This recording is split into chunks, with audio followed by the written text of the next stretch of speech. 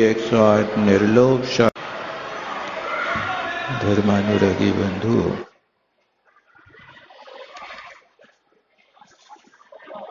यहाँ पर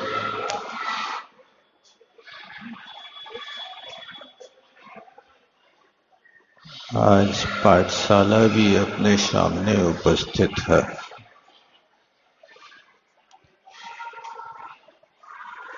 इसके साथ श्रीपाल चरित्र का भी कुछ प्रसंग है और पिछी परिवर्तन का भी प्रसंग है। सबसे पहले मैं आपके लिए पाठशाला के विषय में बात करना चाहूंगा। पाठशाला ये 4 चीजों से संबंध रखता है। पाठशाला, पाठक, पाठ्यक्रम और पाठ अध्येता। ये 4 चीजें हमारे सामने हुआ करते हैं। पाठशाला क्या वस्तु है? शाला तो कई प्रकार की होती हैं। गौशाला, संतशाला, भोजनशाला, धर्मशाला। कई स्थानों पर शाला का प्रयोग किया जाता है, लेकिन पाठशाला क्या वस्तु है? पाठशाला उसका नाम होता है कि जिस शाला में बैठ करके विद्यार्थी के लिए धर्म पुरुषार्थ की प्रेरणा की जाती है, जिस पाठशाला में प्रवेश करने पर बच्चों के लिए ये पाठ सिखाया जाता है कि कदम चरे कदम चिट्ठे, कदमासे कदम शये, कदम भुंजे भासे जेड़ पापम न बज्जई। पाठशाला वो शिक्षालय है कि जहां पर सबसे पहले ये सीख दी जाती है कि हम कैसे चलें,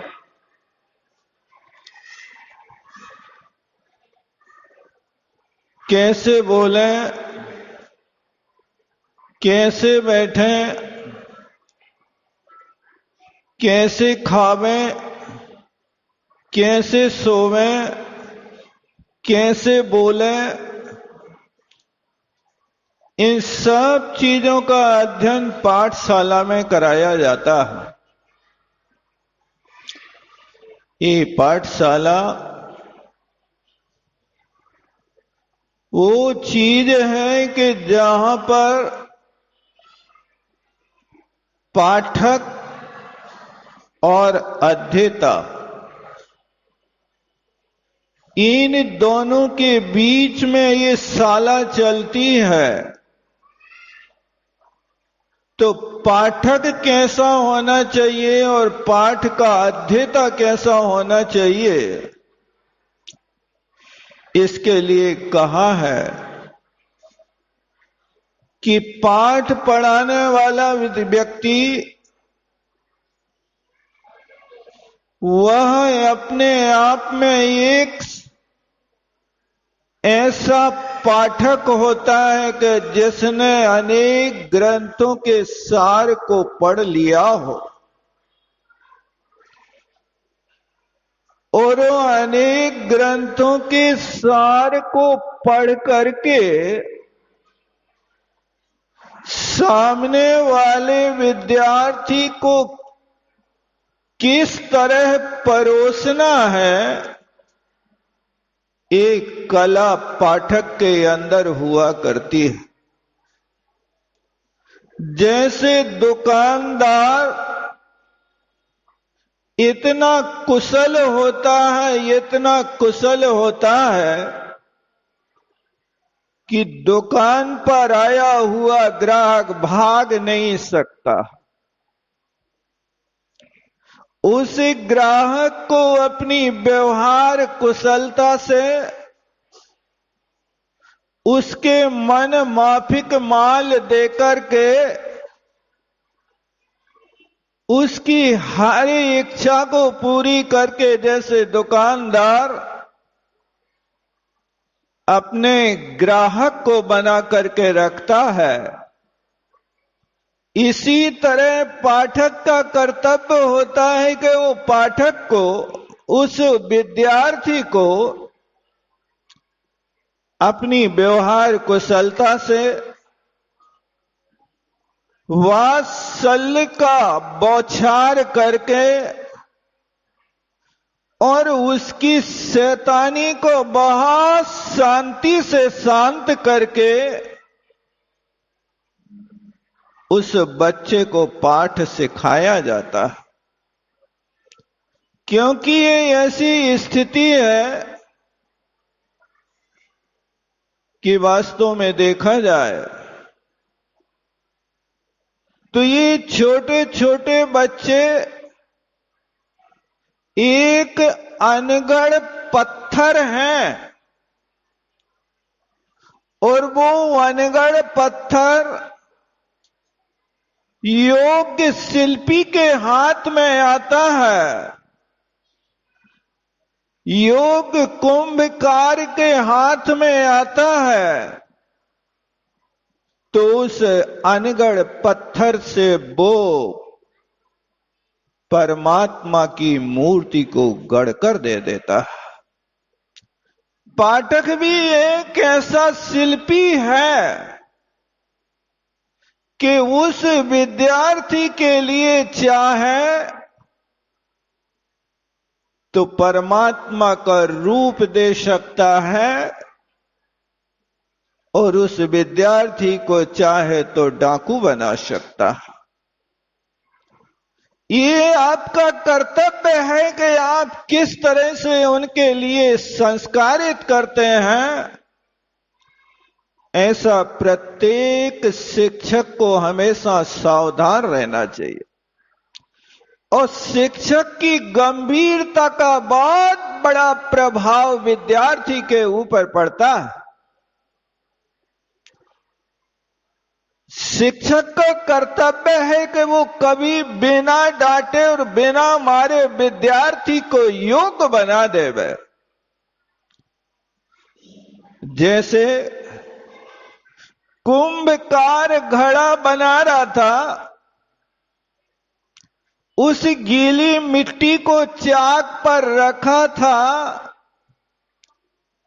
और उस कुंभकार का चाक बनाते बनाते भाव बदल गया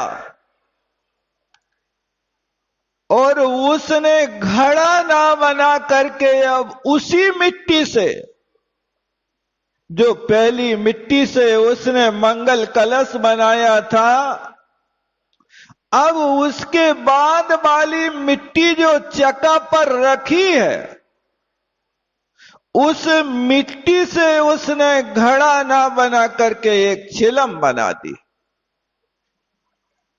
अब चिलम बना करके रखता है और वहां से निकाल करके रखता है घड़ा को, और चिलम को अग्नि में पकाता है। चिलम यहां अग्नि में पक करके जब किसी के हाथ में पहुंचती है और उसकी छाती में आगी भरी जाती है, तमाकू भरी जाती है, तो वो चिलम कुंभकार से कहती है कि हे कुंभकार, तुम्हारा भाव क्या बदला, मेरा तो भाग्य बदल गया। तुम्हारा भाव बदला घड़े से चिलम बनाने का, अब मेरा भाग्य जीवन भर के लिए बदल गया। काश मुझे चिलम ना बना करके मंगल कलश बनाया होता तो सौभाग्यवती महिला के सिर पर में मंगल कलश के रूप में मंगलिक मानी जाती। और आज मुझे उस कलश को ना बना करके तुमने चिलम बना दिया। अब चिलम के अंदर जीवन भर आग भरी जाएगी, तमाकू भरी जाएगी, और वो व्यक्ति जिंदगी भर इस मोह में लगा करके उस चिलम को हमेशा झूठा करता रहेगा, उसकी पवित्रता बिगाड़ देगा।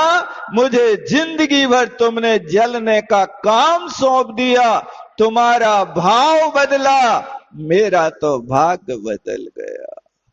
बस यही दशा होती है कि शिक्षक उस कुंभकार की भांति है कि कुंभकार उस चके के रूप पर रखे हुए मिट्टी से चाहे तो कलश बना सकता है और चाहे तो वो वहां पर चिलम बना सकता है। तुम इसी तरह चाहो तो इन बच्चों को वो संस्कार दे सकते हो, वो संस्कार दे सकते हो जो संस्कार अकलंक और निकलंक ने पाठशाला में रह करके लिया था। आप चाहो तो उन बच्चों को अकलंक और निकलंक का रूप बना करके धर्म के लिए समर्पित कर सकते हो, और आप चाहो तो उन बच्चों को वंजन चोर बना सकते हो।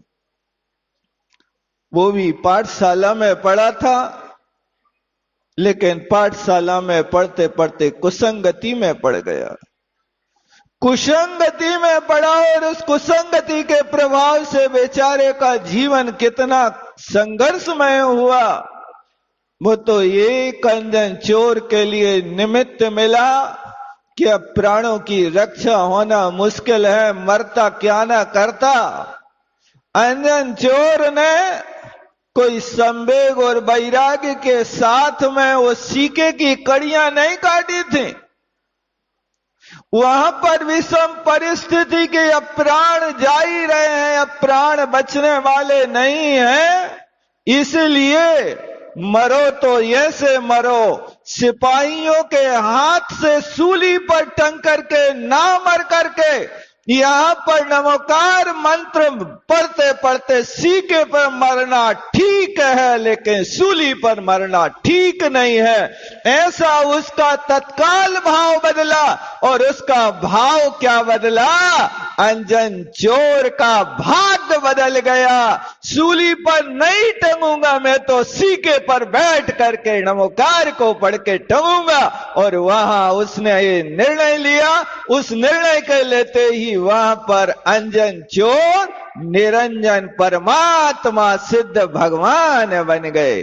आप भी अपने बच्चों को ऐसी सीख दो इस पाठशाला में रहते हुए कि वे बच्चे अपनी संस्कृति का उत्थान कर सकें। आपके भाव ना बदलें। जो शिक्षक होता है, शिक्षक वही बनता है जो पहले शिष्य बन करके आया है। शिष्य की और शिक्षक की राशि भी एक है और धातु भी एक है। जिस सासु अनुशिष्टो धातु के माध्यम से शिष्य बना है, उसी धातु से शिक्षक बना है। शिष्य और शिक्षक की राशि एक है, लेकिन ध्यान रखना, राशि एक होकर के भी शिष्य अध्येता है और जो गुरु शिक्षक है वो पाठक है, पढ़ाने वाला है। दोनों में बहुत अंतर है। आप 4 प्रकार के पुरुषार्थ की शिक्षा अपनी पाठशाला में रखें और उन 4 प्रकार के पुरुषार्थों को सिखाते हुए धीरे धीरे क्रम बढ़ते हुए 4 अनुयोगों का ज्ञान कराएं। 4 पुरुषार्थ और 4 अनुयोग, इनका अध्ययन आप पाठशाला में यदि 5 साल में करा देते हैं, वो विद्यार्थी पूरे जीवन भर संत ना बन पाए तो कोई बात नहीं, सदाचारी का जीवन व्यतीत करेगा। आपने उसमें वो संस्कार भर दिए हैं, क्योंकि संस्कारों का संगनाद होना आवश्यक है।